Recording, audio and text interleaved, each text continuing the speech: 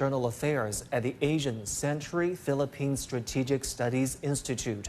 The Philippine expert says Manila's assertive posture is a key factor driving current tensions in the South China Sea. She also calls on ASEAN to play a bigger role in resolving maritime issues. The tensions in the South China Sea have further intensified recently. So in your opinion, what are the key factors contributing to the tensions? I think one of the key factors that is contributing to the intensifying and escalating tension between the Philippines and China is the very assertive posture or position of the Philippines at this time. As you can see, there's a change in foreign policy, and the previous administration of President Duterte somewhat have a more negotiating posture and more collaborative and cooperative posture with China when you talk about the South China Sea. But this time around, as you can see, the current administration of Marcos Jr. is more assertive, I think. And on the other hand, of course, I understand that China claiming parts of South China, especially part of its sovereign territory, would of course do a countermeasure to that very assertive claim by the Philippines. I think that's one thing, and another factor I think is most probably the current administration of Marcos Jr.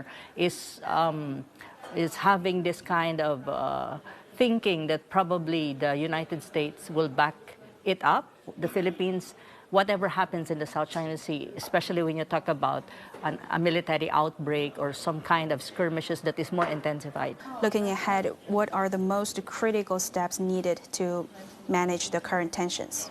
If you look at the situation, it's very difficult. No one will bend. That's why I'm saying, set aside this dispute, focus on South China Sea, looking at it as a public good and a sea of cooperation and peace and friendship. Probably by focusing on that and by doing that, everyone benefits, everyone is happy.